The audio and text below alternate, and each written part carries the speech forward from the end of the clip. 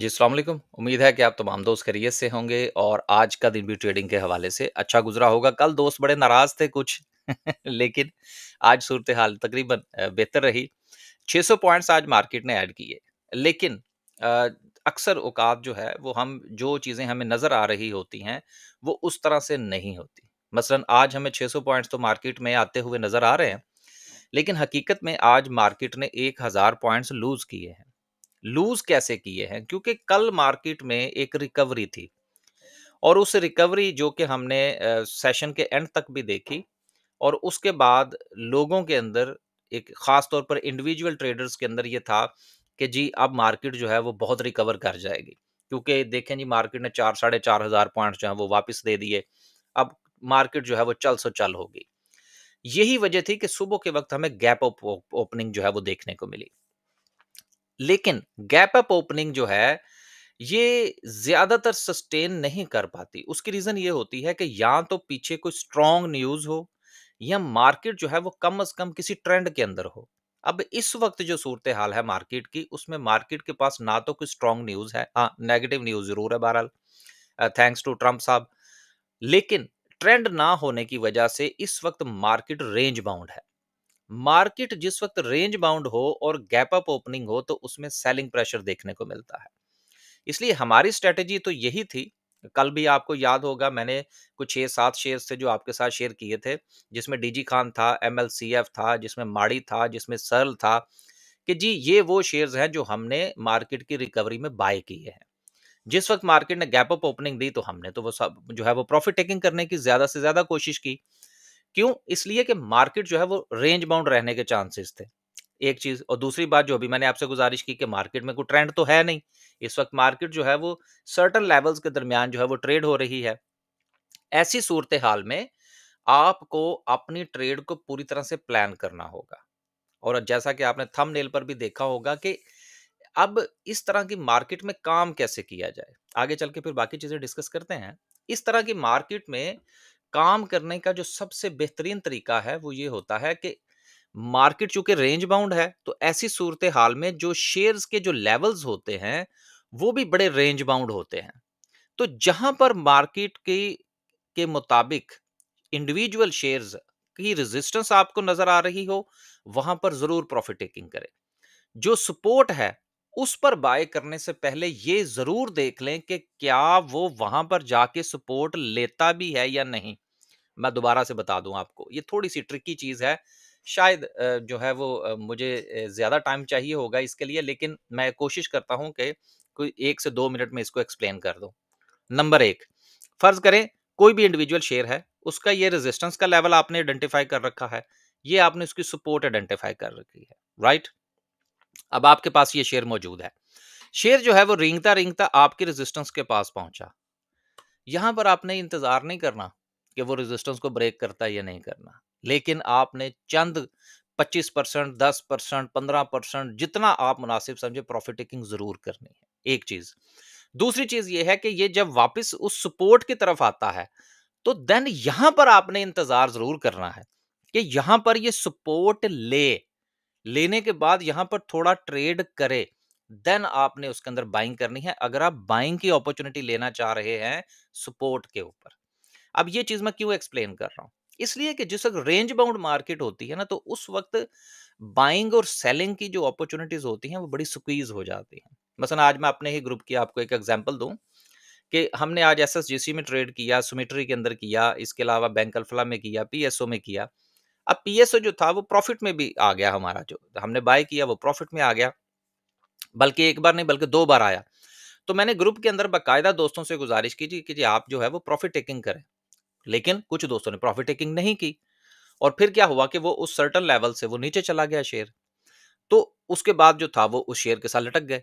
तो यही चीज जो थी वो मैं उनके साथ भी आज ग्रुप के अंदर शेयर कर रहा था कि आप मार्केट के साथ चलने की कोशिश करें। अपनी मर्जी के मुताबिक ट्रेड ना करें कि नहीं जी मैं जो है वो 2 रुपए का या 3 रुपए का ही सिर्फ प्रॉफिट क्यों लूं, मैंने तो जी 50 रुपए का प्रॉफिट लेना है। वो 3 रुपए का प्रॉफिट अगर आप नहीं लेंगे और 50 के ऊपर नजर रखेंगे, हो सकता है वो 50 रुपए का लॉस आपको कैरी करना पड़ जाए। तो मार्केट जो इस वक्त है, एक तो वो ट्रेंड में नहीं है, दूसरा इंटरनेशनल प्रेशर है। तो क्या ज़रूरत है? या तो आप साइडलाइन हो जाएँ, लेकिन अगर आपने मार्केट में काम करना है, तो मार्केट को फ़ॉलो करें। मार्केट जैसे कहती है वैसे काम करें। तो ये तो था जी वो छोटा-सा मशवरा। अब आगे चलते हैं फिर कुछ खबरें हैं, उनको भी शामिल करेंगे और इंशाल्लाह कैंडलस्टिक को भी डिस्कस करेंगे। 600 पॉइंट्स आज मार्केट ने ऐड किए, लेकिन अगर हम इसका बारीक-बीनी से जायज़ा लें तो 1000 पॉइंट्स मार्केट ने लूज़ किए हैं आज। सर्किट ब्रेकर की बात करते हैं तो सिर्फ 9 कंपनीज सॉरी जो है वो आपको अपर कैप में नजर आ रही हैं, जिसमें अच्छे वॉल्यूम के साथ सिर्फ बनीज है, बाकी में बहुत कम वॉल्यूम है। लोअर कैप में कोई खास काबिल जिक्र कंपनी नहीं है। इसके अलावा सेक्टर वाइज अगर आप बात करें तो सुबह के वक्त जिस वक्त गैप अप ओपनिंग हुई, तो पूरी मार्केट के अंदर जो था वो आपको एक बाइंग जो थी वो नजर आ रही थी, लेकिन उसके बाद आहिस्ता आहिस्ता मार्केट मुसलसल जो है वो प्रॉफिट टेकिंग का शिकार रही। आज है तो मैं इसको प्रॉफिट टेकिंग ही कहूँगा, मैं इसको डिक्लाइन नहीं कहूँगा, क्योंकि प्रॉफिट टेकिंग क्यों कह रहा हूँ? इसलिए कि हमने भी कल बाय किया था मार्केट की रिकवरी पर, तो हमने चूँकि आज प्रॉफिट टेकिंग की है, तो यकीनन फिर ये प्रॉफिट टेकिंग थी, आज डिक्लाइन नहीं था। किसी भी सेक्टर के अंदर आपको फुल फ्लेज परफॉर्मेंस नज़र नहीं आ रही, तो लिहाज़ा इस वक़्त जो मार्केट की जो रिकवरी हमें नज़र आ रही है 600 पॉइंट्स की सूरत में, इसके ऊपर कुछ ज़्यादा एतबार नहीं किया जा सकता। और कोशिश ये होनी चाहिए कि थोड़ा-सा साइड लाइन या कम क्वांटिटी के साथ मार्केट में रहा जाए। फुल फ्लेज काम करने से अभी इज्तनाब करना चाहिए। फर्टिलाइज़र सेक्टर भी सेम सिचुएशन है, सीमेंट सेक्टर में भी, पावर जनरेशन में भी, तमाम के तमाम मार्केट में आपको सेलेक्टिव परफॉर्मेंस जो है वो नज़र आ रही है। कोई भी सेक्टर जो है, थोड़ा-सा सीमेंट सेक्टर के अंदर थोड़ी-सी सूरत-ए-हाल बेहतर है, लेकिन वो भी प्रॉफिट टेकिंग का आज ड्यूरिंग द डे जो है वो अच्छा खासा शिकार रहा, जो कि हमारे पास एमएलसीएफ था, हमारे पास डीजी खान था, तो हमने चूंकि सिर्फ प्रॉफिट टेकिंग की, हमने आज बाइंग नहीं की, बाइंग जो थी वो कल की थी। तो इसलिए मार्केट जो है वो अभी काबिल एतबार नहीं है। सेक्टर वाइज जो हमने बात की, अगर हम बात करें जो पॉइंट्स आए तो उसमें ऑयल एंड गैस माड़ी की परफॉर्मेंस थी, सीमेंट सेक्टर की लकी की परफॉर्मेंस थी। देन उसके बाद 2-2 4-4 पॉइंट्स नज़र आ रहे हैं, कुछ बाकायदा जो इम्प्रूवमेंट है मार्केट में वो नज़र नहीं आ रही। हमारी आज क्या सिचुएशन रही, हमने जो था वो पहले ही आपके साथ कल एक लिस्ट जो थी वो हमने शेयर कर दी थी कि हमारे पास कौन-कौन से शेयर हैं। लेकिन मज़ीद क्या सिचुएशन रही इसको ज़रा थोड़ा-सा डिस्कस कर लेते हैं आपके साथ। क्या सिचुएशन रही आज जी हमारी, इसमें एंग्रो था हमारे पास, उसमें प्रॉफिट टेकिंग ही, डीजी खान था, इसके अलावा माड़ी, इसके अलावा सॉरी डीजी के सीट की बात हो गई, माड़ी था, देन उसके बाद जो है वो अल्लाह आपका भला करे एमएलसीएफ, पाकिस्तान रिफाइनरी, एसएसजीसी आज सुबह के वक़्त बाय किया था और सर्ल। ये वो तमाम थे जिसके अंदर आज हमने प्रॉफिट टेकिंग की। अगर आप भी हमारा ग्रुप जॉइन करना चाहते हैं, ग्रुप के हवाले से 2 चीज़ें हैं। हमारे 2 ग्रुप हैं, एक स्विंग ट्रेड का ग्रुप है, एक डे ट्रेड का ग्रुप है। डे ट्रेड का जो ग्रुप है वो उसमें आपको कॉल्स और जो दी जा रही होती हैं वो ड्यूरिंग मार्केट आवर्स होती हैं। जो स्विंग का ग्रुप है वो उन दोस्तों के लिए है जो थोड़ा-सा शेयर्स को कीप करना चाहते हों या जो हर वक़्त स्क्रीन के आगे नहीं बैठ सकते, तो वो ज़रा स्लो ग्रुप है हमारा। तो अगर आप दोनों में से कोई भी ग्रुप जॉइन करना चाहते हैं, स्टॉक मार्केट में अकाउंट ओपन करवाना चाहते हैं या अपना पोर्टफोलियो डिस्कस करना चाहते हैं, तो ये 2 नंबर्स आपके सामने हैं। आप इन दोनों में से किसी भी नंबर पर राब्ता फरमाइए और इन्फॉर्मेशन ले लीजिए। आगे चलते हैं जी, कुछ खबरें हैं जिनका शामिल करना ज़रूरी है, जिसमें पहली खबर जो है वो आईजीआई होल्डिंग की है। पिछले दिनों आपको याद होगा कि मिचेल्स फ्रूट फार्म के हवाले से खबर ये आई थी कि आईजीआई वालों ने इंटेंशन जो है वो ज़ाहिर की है कि वो मिचेल्स फ्रूट फार्म को एक्वायर करना चाह रहे हैं। अब उन्होंने कहा जी कि हमारा ऐसा कोई प्रोग्राम नहीं है। तो लिहाज़ा जो दोस्त इस उम्मीद पे थे वो अपना-अपना फ़ैसला फ़रमा लीजिए। यही वजह है जो दोस्त मुझे बरसों से सुनते आ रहे हैं, अब तो हम कह सकते हैं ना कि हम साल-हा-साल से वीडियो बना रहे हैं, कि मैं हमेशा ये कहता हूँ कि यार मैं मुझसे अक्सर चूँकि सवाल भी पूछा जाता है, कमेंट्स भी आते हैं।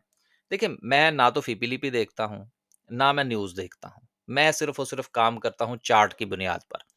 अगर चार्ट मुझे कह रहा है कि जी शेयर को बाय करना चाहिए तो मैं रिस्क लूँगा। अगर चार्ट मुझे कह रहा है कि जी सेल कर दो तो मैं रिस्क लूँगा। सेलिंग के वक़्त भी रिस्क लूँगा, बाइंग के वक़्त भी रिस्क लूँगा अकॉर्डिंग टू चार्ट। खबरें क्या कह रही हैं? आपकी जो है वो बाकी मामलात कैसे चल रहे हैं? उसके अलावा आपकी जो इंटरनेशनल प्रेशर है वो क्या है? देखिए ये सारी चीज़ें जो हैं, ये चार्ट के ऊपर जो है वो विज़िबल होती हैं। फीपी-लिपि मैं नहीं देखता कि किसने आज बाय किया, किसने आज सेल किया। जिसने भी जो है वो एक्स, वाई, ज़ेड ने बाय किया है या सेल किया है, वो चोरी तो नहीं ना कर सकता स्टॉक मार्केट में। वो चार्ट के ऊपर नज़र आ जाएगा किसने कितना बाय किया है, वो पता लग जाएगा कि ये बाइंग जो है ये इंडिविजुअल की थी या किसी इंस्टीट्यूशन की थी। तो हमारा ज़रा काम करने का तरीका का थोड़ा-सा सादा है। ये पेचीदा चीज़ें जो है ये हम ज़रा थोड़ा-सा अवॉइड ही करते हैं इनको। तो जिन्होंने इसको सोच के पोज़ीशन बनाई थी, वो यकीनन अपना फ़ैसला करें कि उन्होंने क्या करना है। फातिमा फर्टिलाइज़र चूँकि माइनिंग में भी अब आ चुके हैं, तो इसलिए इनकी जो है वो आज चूँकि डिस्कवरीज़ भी थी, तो उसके बाद अच्छा खासा जो है इसके अंदर हमें बाइंग भी देखने को मिली, लेकिन उसके बाद ये नीचे भी आया है शेयर। अच्छा, यहाँ पर एक और चीज़ मैं ऐड कर दूँ। मज़े की बात ये है कि ये एनआरएल के हवाले से ना एक नोटिफ़िकेशन आया जो मुझे भी किसी ने भेजा। तो उसने कहा देखें जी, एनआरएल जो है वो पता नहीं क्या करने लगा है। मैंने वो पूरा पढ़ा, तो मैंने फिर उसको कहा, मैंने कहा सर ये एनआरएल जो है ये नेशनल रिफाइनरी नहीं है। ये ये हमारा रिसोर्सेज़ वाला डिपार्टमेंट है।